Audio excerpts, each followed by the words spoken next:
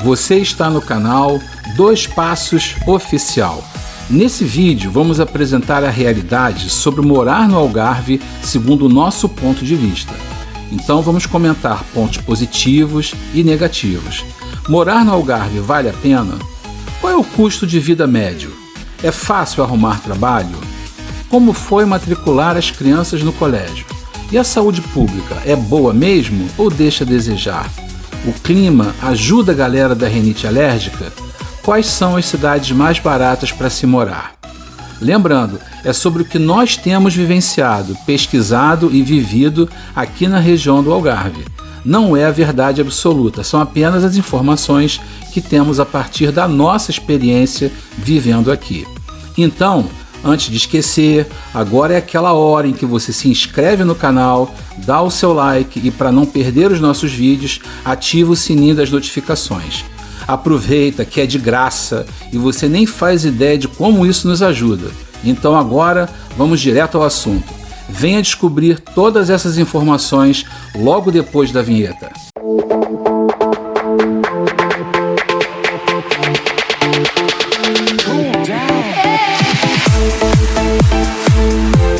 Bom, para entender um pouquinho melhor a região, vamos conhecer um pouco da história do Algarve.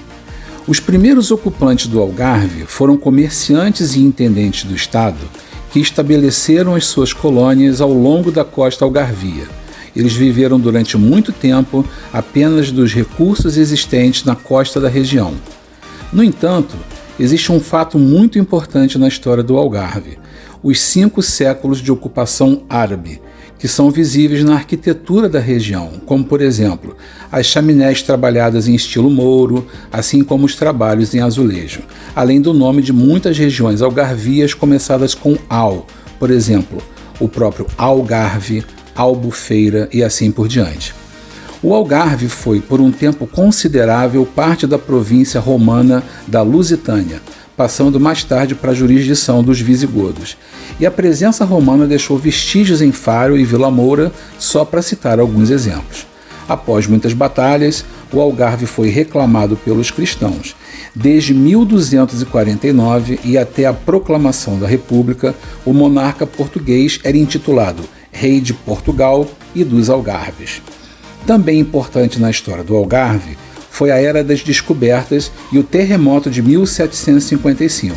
O Algarve tornou-se muito mais importante na época das descobertas, sendo usado como um dos principais pontos de partida no período das grandes navegações. Os algarvios foram parte determinante das aventuras marítimas e da ocupação do território africano. O terremoto de 1755, cujo epicentro se situou muito perto de Lagos, destruiu uma boa parte do Algarve. Os tremores de terra foram sentidos por todo lado e levaram à perda de muitos edifícios importantes.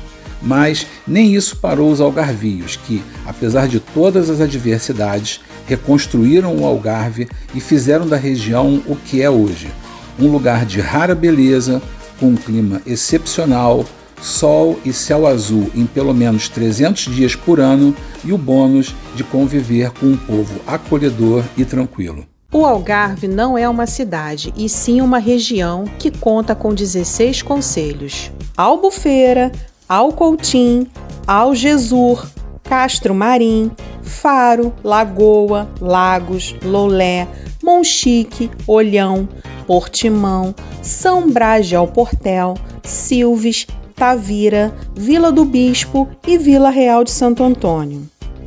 O Algarve tem cerca de 470 mil habitantes, que comparado a Lisboa e Porto é bem menos populoso.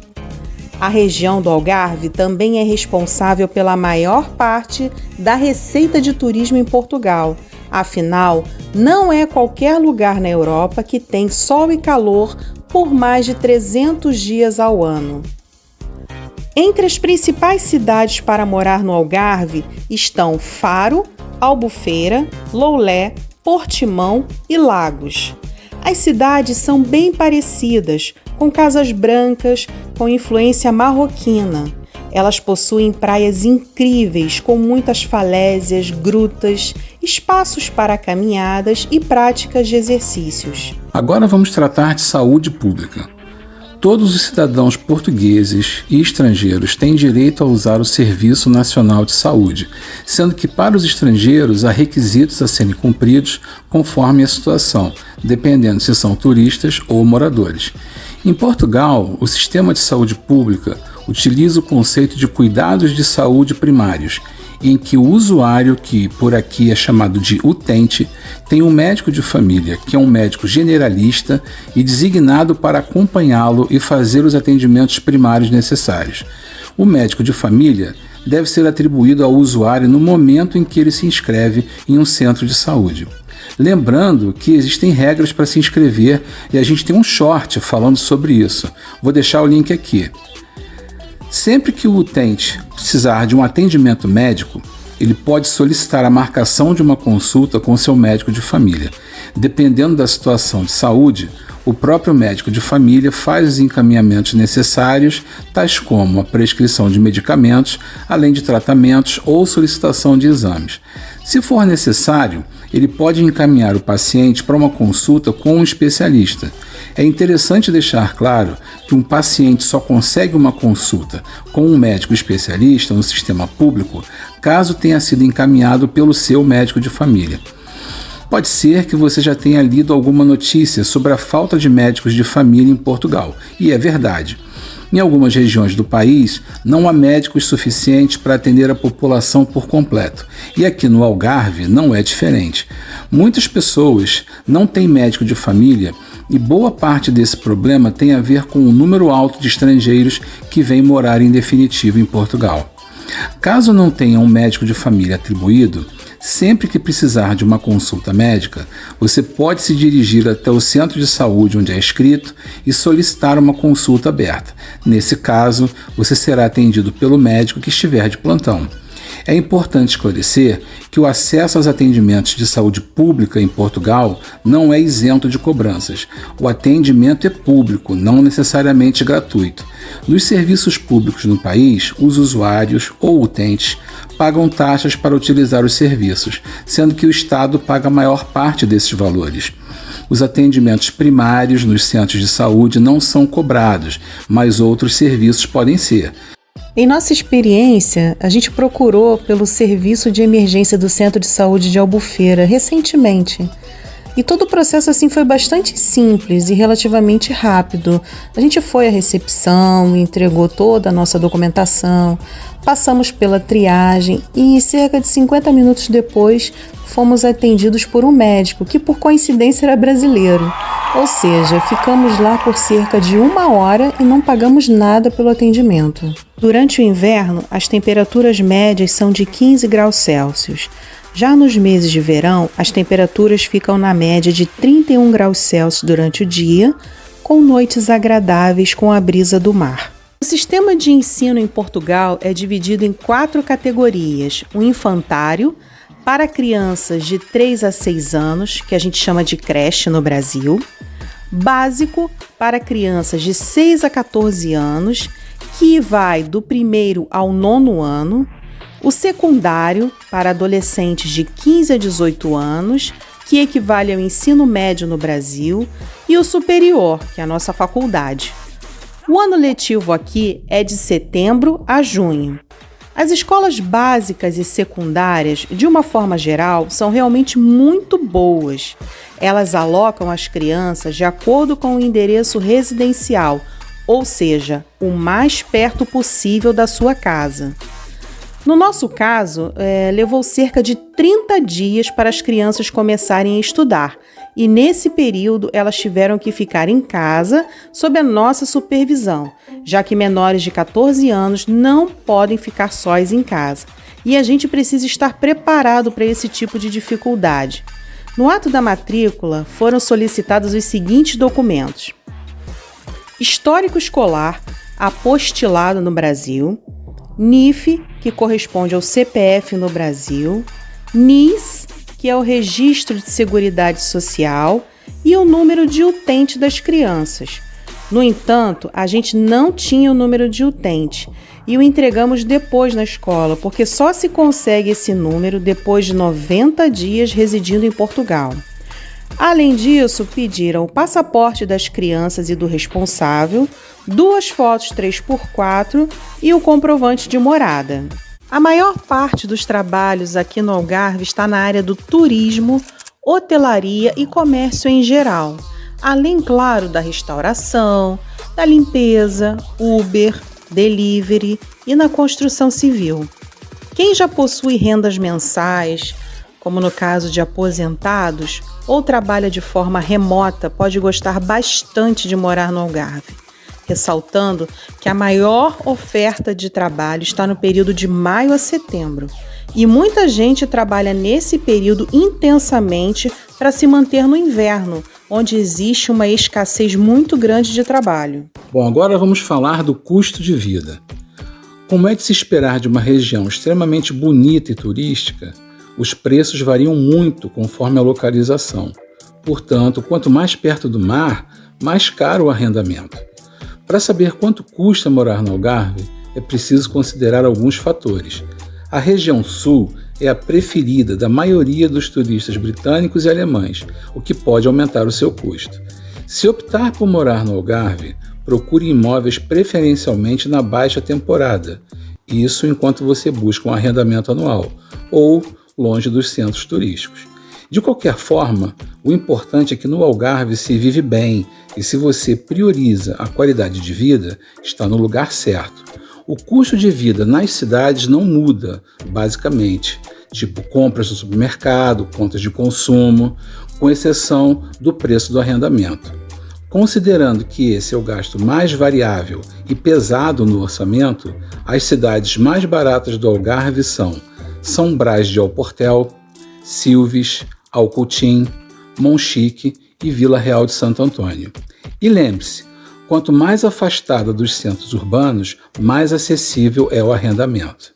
Agora você dá uma olhada aqui na tabela com as principais despesas, considerando uma família de 2 adultos e 2 crianças. O aluguel de um T2 varia, de acordo com a localidade, entre 700 e 1.500 euros ou mais. Essa é apenas uma estimativa. A alimentação para 2 adultos e 2 crianças, claro, novamente respeitando os hábitos de consumo de cada família, ficam em torno de 500 euros. Então esse custo é variável. Isso se você não levar as crianças no mercado. Isso é verdade.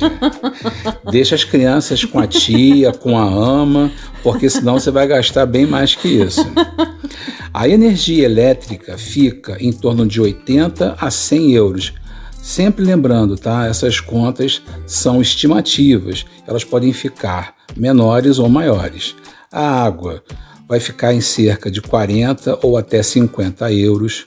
O gás entre 40 e 60, agora o passe mensal, que engloba todos os transportes públicos livremente em toda a rede, incluindo aí o autocarro, que é o ônibus, o trem, que é o comboio, e os outros tipos de transporte públicos, ele fica num valor total de 45 euros.